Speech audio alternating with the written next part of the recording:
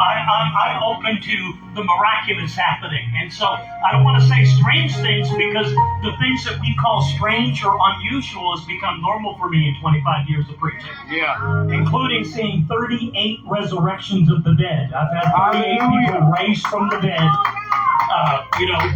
The most recent one was in 2019.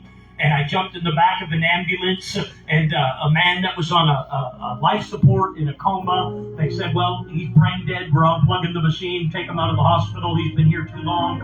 And they had to take him out of the hospital by ambulance, and they had him plugged into the machine. But they said, well, he'll be dead within a few hours once the machine battery wears out. And they were desperate to get prayer. And they said, well, we know Todd Bentley's in town. And I happened to be in town in India, so it wasn't like I was in town. I had to go all the way to India. And I was in the middle of the bush.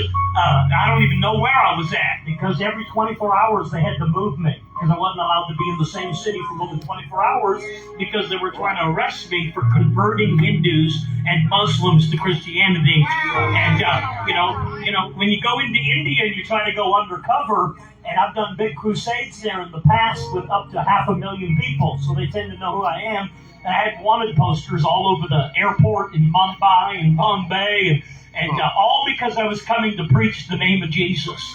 And the minister that brought me in, his church is the 250,000 in Hyderabad, and he said, man of God, I'm going to set you up with 14 days of meetings, and we're not even going to advertise that you're coming, because we're not allowed to tell the people you're coming. And I'm going to have a meeting every 24 hours, and we're going to move you so they can never catch up to what's happening, because they will arrest you for miracles. They call it.